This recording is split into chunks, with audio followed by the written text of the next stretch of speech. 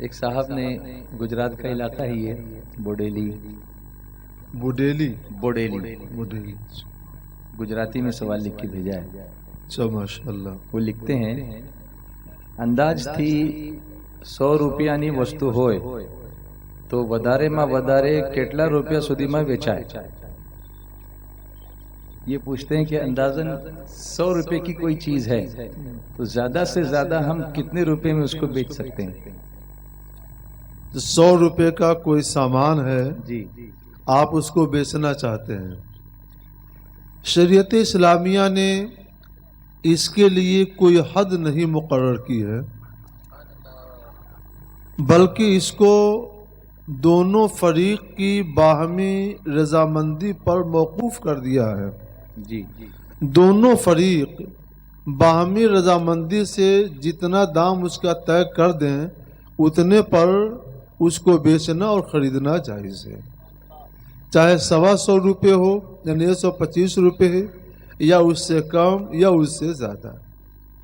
دھوکہ نہیں ہونا چاہیے، جی کوئی خیانت نہیں ہونی چاہیے، مال کے ناپنے تولنے میں یا مقدار اور سائز کے بتانے میں کوئی کمی بیشی نہیں کرنا چاہیے.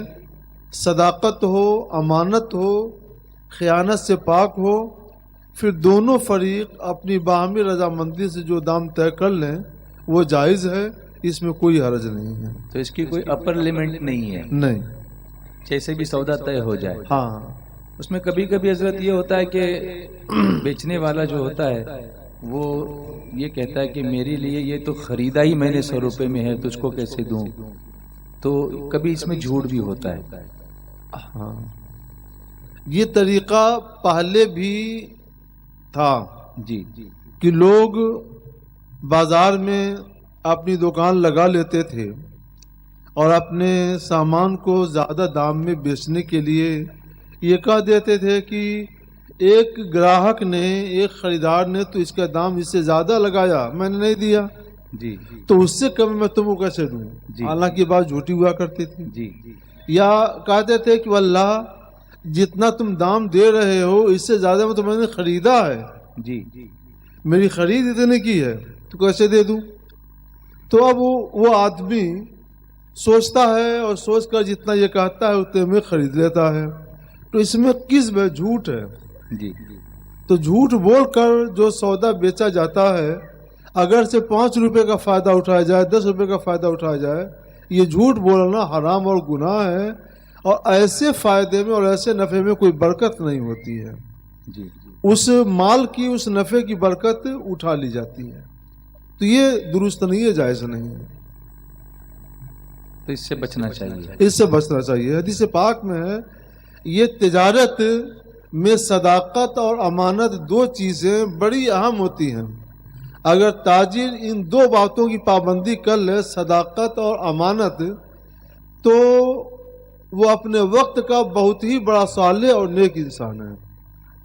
ایک حدیث پاک میں ہے حضور سید عالم صلی اللہ علیہ وسلم نے ارشاد فرمایا التاجر الصدوق الامین مع النبیین والشہداء والصدیقین.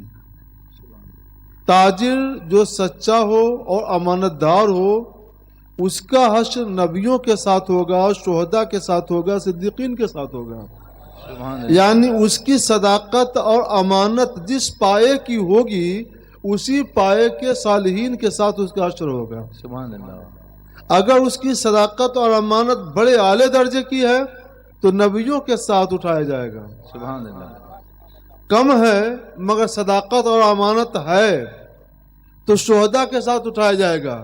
کچھ اور کم ہے تو صدیقین کے ساتھ اٹھایا جائے گا. سبحان اللہ.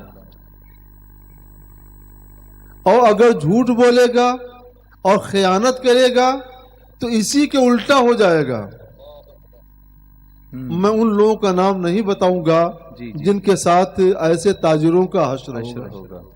اللہ سب کے دلوں میں اس کا خوف عطا فرمائے. آمین. کبھی کبھی لوگ کوالٹی میں بھی جھوٹ بولتے ہیں اور یہ کہتے ہیں کہ یہ بہترین کوالٹی کا ہے، اتنے میں آپ کو کہیں نہیں ملے گا. تو اس کے تعلق سے بھی بچنا چاہیے. جی، کوالٹی میں جھوٹ بولا جائے کہ اچھی کوالٹی کا ہے حالانکہ اچھی کوالٹی کا نہ ہو، یہ بھی جھوٹ ہے، یہ بھی حرام ہوا گناہ ہے۔ سائز میں جھوٹ بول دیا جائے کہ اس کا سائز اتنا اچھا ہے، اس سے اچھے بڑے سائز کا نہیں آتا ہے، یہ بھی جھوٹ ہے، یہ بھی حرام ہوا گناہ ہے۔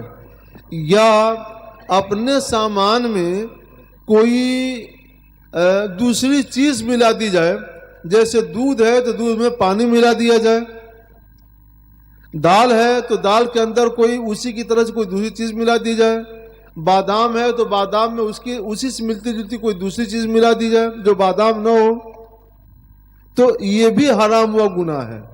یہ دھوکہ میں آتا ہے، دھوکہ اور خیانت۔ سرکار علیہ الصلوۃ والسلام ایک مرتبہ، صحیح مسلم شریف کی حدیث ہے، ایک مرتبہ سرکار بازار سے گزری تو ایک غلے کے تاجر کو دیکھا تو آپ کو شبہ ہوا، آپ نے اپنا ہاتھ اس کے غلے میں ایسے ڈال دیا، جب ہاتھ ڈال کر نکالا تو اندر سے سرکار کا ہاتھ بھیگا ہوا تھا۔ پوچھتے ہیں اے تاجر یہ کیا معاملہ ہے، اوپر سوکھا سوکھا ہے اندر بھیگا بھیگا ہے، اندر پانی کیسے پہنچ گیا، میرا ہاتھ بھیگ گیا۔ کہا سرکار میں نے جب غلے کی دکان لگائی تو بارش ہونے لگی، اسی میں بھیگ گیا۔ تو سرکار نے فرمایا ٹھیک ہے بھیگ گیا تو بھیگے ہوئے کو اوپر رکھنا چاہیے تھا تاکہ لوگ سمجھ جاتے غلہ بھیگا ہوا ہے، تم نے ایسا کیوں کیا کہ بھیگے ہوئے کو چھپا دیا اور سوکھے ہوئے کو اوپر ڈال دیا؟ تو یہ بھی کوالٹی کو چھپانا ہے۔ سرکار نے اس موقع سے ایک بڑا ہی عبرتناک جملہ ارشاد فرمایا تھا، آپ لوگ بھی سن لیجئے، صحیح مسلم شریف کی حدیث سے سرکار نے فرمایا تھا من غشنا فلیس منا، جو ہمیں دھوکہ دے وہ ہم میں سے نہیں ہے۔ اللہ اکبر۔ سرکار نے اپنے میں سے نکال دیا اس کو، جو دھوکہ دے ہم میں سے نہیں ہے، وہ کن میں سے ہوگا، اس کا انجام کتنا برا ہوگا کچھ نہیں کہا جا سکتا۔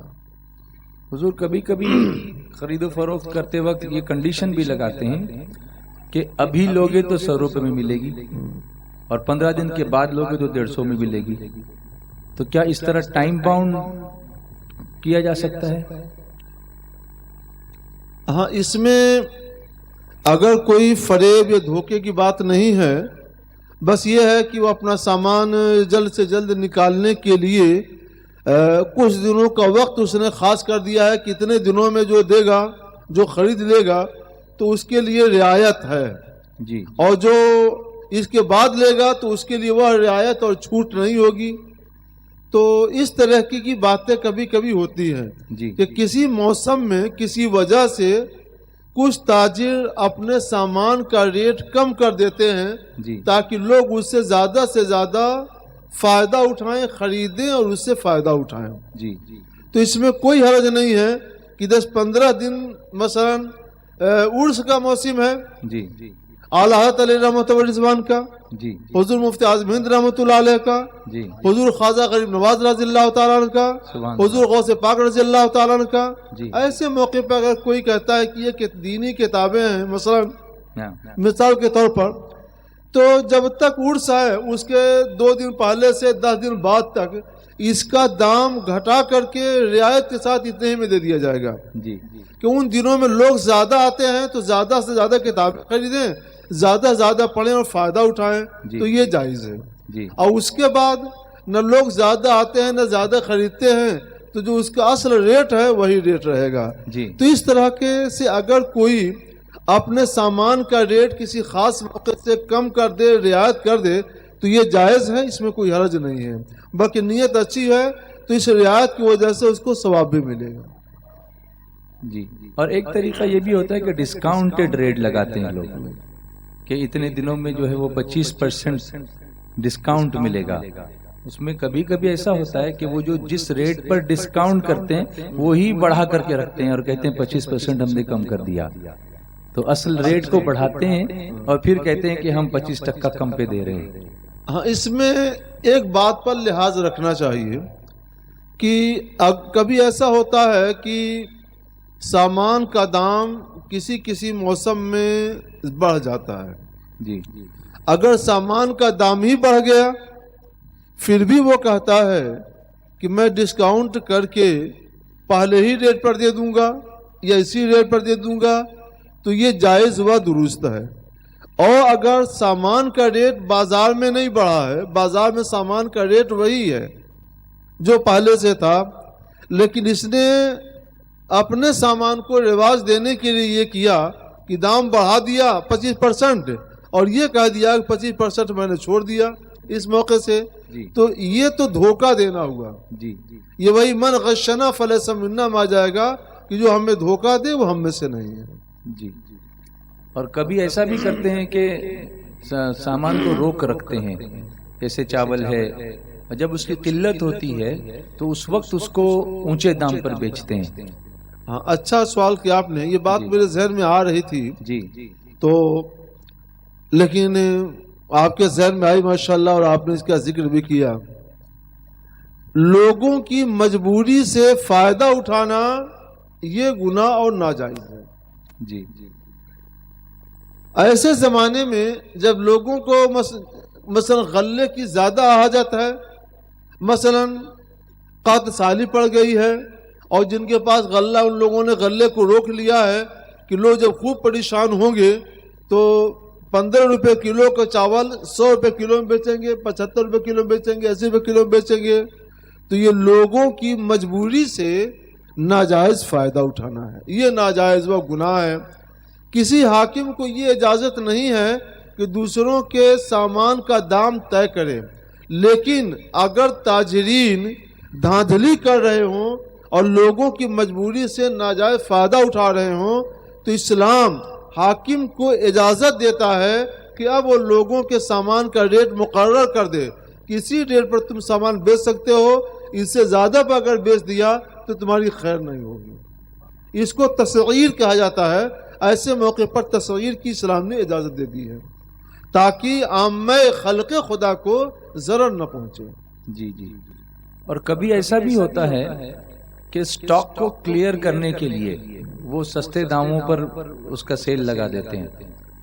ایک دکان ہے، اس میں بہت سارا سٹاک ہے، یا دکان کی جگہ خالی کر رہے ہیں وہ، تو وہ کہتے ہیں کہ بھئی ہم اس پورے سٹاک کو کلیئر کرنے کے لیے اس کو 50% پر بیچ رہے ہیں، تو اس طرح سے دام کو کم کرنا اور اس کو بیچنا، یہ تو اس میں کوئی حرج نہیں ہے۔ مالک کو اختیار ہے، اپنے سامان کو کم سے کم دام میں بیچنا چاہتا ہے بیچ سکتا ہے، یہ جائز ہے، کوئی حرج نہیں ہے۔